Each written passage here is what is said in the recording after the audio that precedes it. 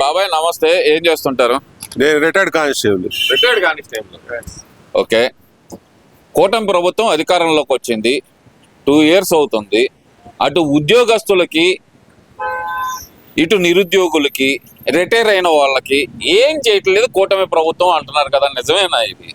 గత ప్రభుత్వం ఏం చేసింది, ఇప్పుడు ప్రభుత్వం కూడా అదే చేస్తుంది, లేకపోతే బెటర్ గానే ఉందని చెప్పని మొన్న రీసెంట్ గా మా ఇది జరిగింది, స్టేట్ మీటింగ్ ఎస్సీబీ అని చెప్పని స్టేట్ గవర్నమెంట్ పెన్షనర్స్ అసోసియేషన్. దాంట్లో కొంత వ్యతిరేకతగా కాకుండా ఫేవర్ గానే జరుగుతుంది ఇప్పుడు అని చెప్పని చెబుతున్నారు. అంటే ఏ విధంగా ఫేవర్ జరుగుతుంది? ఇప్పుడు పిఆర్సీ అంటే కాదు, పిఆర్సీ కమిషన్ ఇంకా వేయలేదు, బకాయిలు ఉన్నాయి, బకాయిలు ఇవ్వలేదు. రాష్ట్ర ప్రభుత్వం అనేది ఇబ్బంది పెడుతుంది, మేము ఉద్యమానికి వెళ్ళబోతున్నాం అని చెప్పి బొప్పరాజు గారు చెప్తున్నారు కదా. అది వచ్చింది చర్చ, అది కూడా వచ్చింది.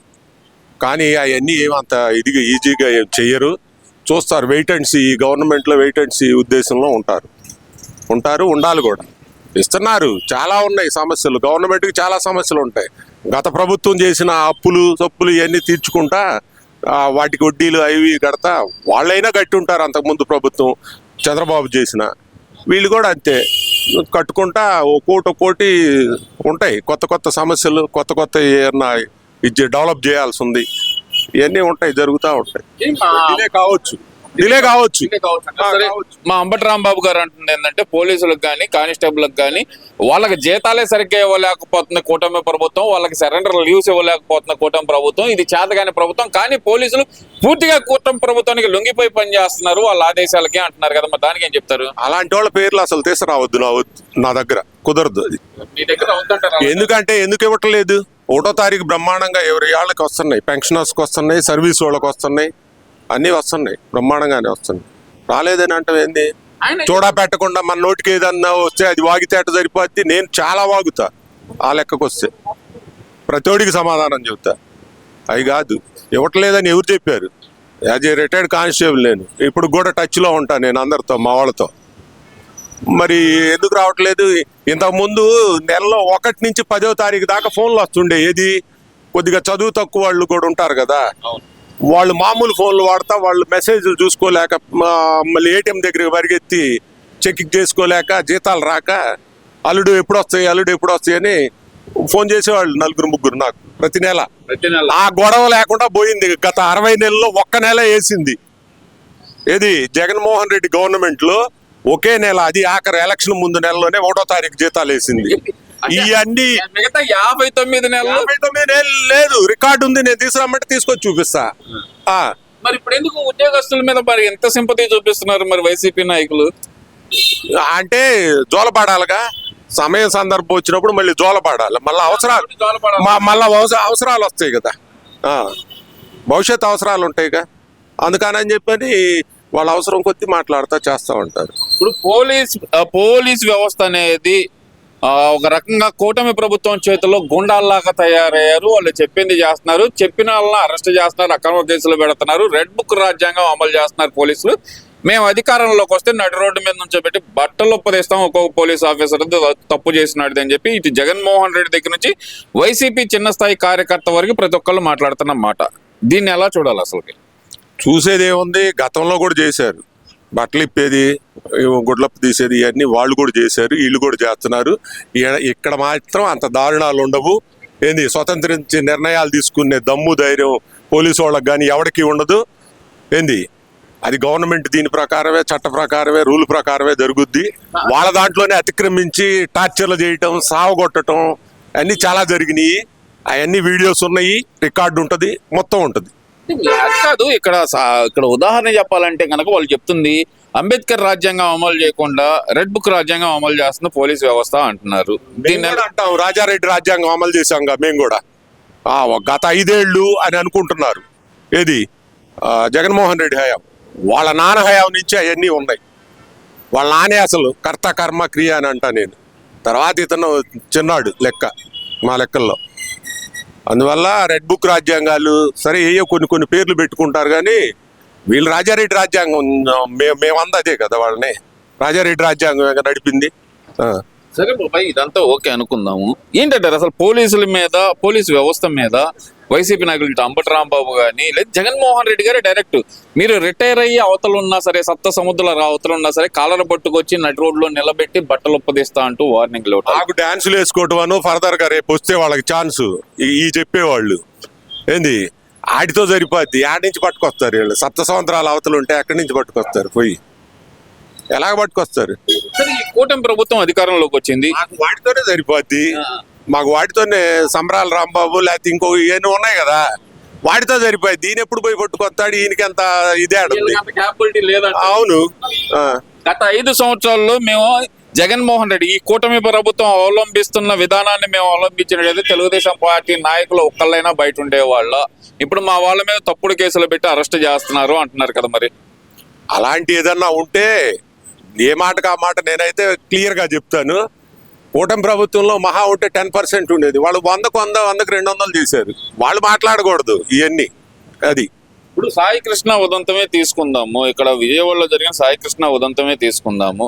ఒక కాపు యువకుణ్ణి పోలీస్ స్టేషన్ లో పెట్టి కొట్టి చంపుతారా? ఈ ప్రభుత్వానికి ఎంత కండకావరం అంటున్నారు కదా. మరి దాన్ని ఎలా చూడాలంటారు? పవన్ కళ్యాణ్ ఒక స్టేట్మెంట్ ఇచ్చాడుగా, కులాలు ఇవన్నీ ఇది కాకూడదు, క్రిమినలే లేకపోతే ఇంకోటని. నాకు మీ పరిభాషలో చెప్పాలంటే కనుక ఐపీసీ సెక్షన్ లో కులాల వారీగా రౌడీ షీటర్లను కానీ లేదంటే నేరస్తులను కానీ విభజించే అవకాశం ఉందంటారా? జరగదు. ఎలా జరుగుద్ది? అది అందరు ఉంటారుగా, పోలీసులో కూడా అన్ని కులాల వాళ్ళు ఉంటారుగా. ఎలా జరుగుద్ది అది? ఇప్పుడు సాయి కృష్ణ అడ్రస్ దొరకల ఫస్ట్ వాళ్ళ హయాంలో వాళ్ళ అక్కనేదో ఇది చేస్తున్నారని, గొడవ చేస్తున్నారని వాడెవడు అడ్డుపోతే కుర్రాడు, అది పసిపిల్లాడు లెక్క, వాడిని పెట్రోల్ పోసి చంపేశారు. అంతకంటే దారుణమైనవి అని నేను అనుకోను. ఇది అసలు దొరకలేదు, ఇంకా దొరకలేదు కాబట్టి అంతకంటే దారుణమైందని అనుకోను నేను. అది పబ్లిక్ గా చేశారు కదా, దాన్ని ఏం చేశారు? వాళ్ళ బాబాయ్ కేసు ఏం చేశారు? ఇంకా చాలా ఉన్నాయి, చెప్పాలంటే 4 రోజులు పట్టిద్ది. ఇవన్నీ కాదు బాబా, ఇక్కడ పోలీస్ వ్యవస్థ గురించి కాదు, ప్రభుత్వం గురించి మాట్లాడదాం. కూటమి ప్రభుత్వం అధికారంలోకి వచ్చింది, 2 years కంప్లీట్ అయిపోయింది. రాష్ట్రంలో విద్వేషాలు రెచ్చగొట్టడం తప్పితే, అక్రమ కేసులు పెట్టడం తప్పితే ఈ కూటమి ప్రభుత్వం సాధించింది ఏమీ లేదు అంటున్నారు కదా. నిజమే అనుకోవచ్చు అంటారు? అది ఏది ఒకటి చెప్పమనండి, విద్వేషపూరిత వ్యవహారాలు ఈ కూటమి ప్రభుత్వం జరిపింది అనేది ఎక్కడన్నా? వాళ్లే చేస్తున్నారు, అపోజిషన్ చేస్తుంది, ప్రతిపక్షం వైఎస్ఆర్సీపీ చేస్తుంది, వాళ్ళే 100% అంట. ఇందులో బై మిస్టేక్ జరిగితే ఇందాక చెప్పాను నేను, 10% ఏమన్నా జరిగితే బై మిస్టేక్ వాంటెడ్లీ 100కు 100 చేస్తారు వాళ్ళు. నా సహచరులు కూడా ఉంటారు కదా, వాళ్ళల్లో కూడా ఉంటారు సహచరులు. అంటే అనేక రకాలుగా, నేను ఉద్యోగ సంఘాల్లోనో లేకపోతే ఇంకొక పొలిటికల్ తిరుగుతున్నప్పుడు ఒకడారా పరిచయమో లేకపోతే ఇంకొక చోట ఉన్నప్పుడు కలుస్తూ ఉంటారు కదా. వాళ్ళు 100 దీంట్లో బై మిస్టేక్ 10% జరిగితే బై మిస్టేక్ అని పొరపాట్ల వల్ల జరుగుతాయి. అవి సహజం, ప్రతి ఒక్కరి దీంట్లో ఉంటాయి. దాన్ని ఎవడు విమర్శించడానికో ఇది చేయడానికో లేదు నా లెక్కల్లో. సరే, ఇవన్నీ ఒకేతే అయితే కనుక జగన్మోహన్ రెడ్డి గారు అంటుంది ఒకటే మాట చెప్తున్నారు, 2029 నేను అధికారంలోకి వస్తాను, 2.0 పరిపాలన చూపిస్తాను, రప్పానే ఉంటుంది ఈసారి అనే మాట అయితే ఆయన అంటున్నాడు. ఆ ఛాన్సెస్ అనేది ఎంతవరకు చూసుకోవచ్చు అంటారు? ఎందుకంటే ఇప్పుడు ఆల్రెడీ సామాన్య ప్రజల నుంచి ఉద్యోగస్తుల దాకా అందరూ వ్యతిరేకంగా ఉన్నారు కూటమి ప్రభుత్వానికి అనేది జగన్మోహన్ రెడ్డి గారు చెప్తున్న మాట. మరి దాంతో మీరు ఏకీభవిస్తారా? అవన్నీ జరగని పనులు. ఎందుకంటే గతంలో చేసినవి అయ్యే కొద్దిగా అదనంగా ఏమైనా ఉంటాయో నువ్వు వచ్చేది అనేది నాకున్న అనుభవంలో 94 నుంచి చూస్తున్నా. అంత ముందు కూడా తెలుసు, నేను చిన్నాడిని. 90లో నేను జాబ్లో చేరాను, చూస్తున్నాను.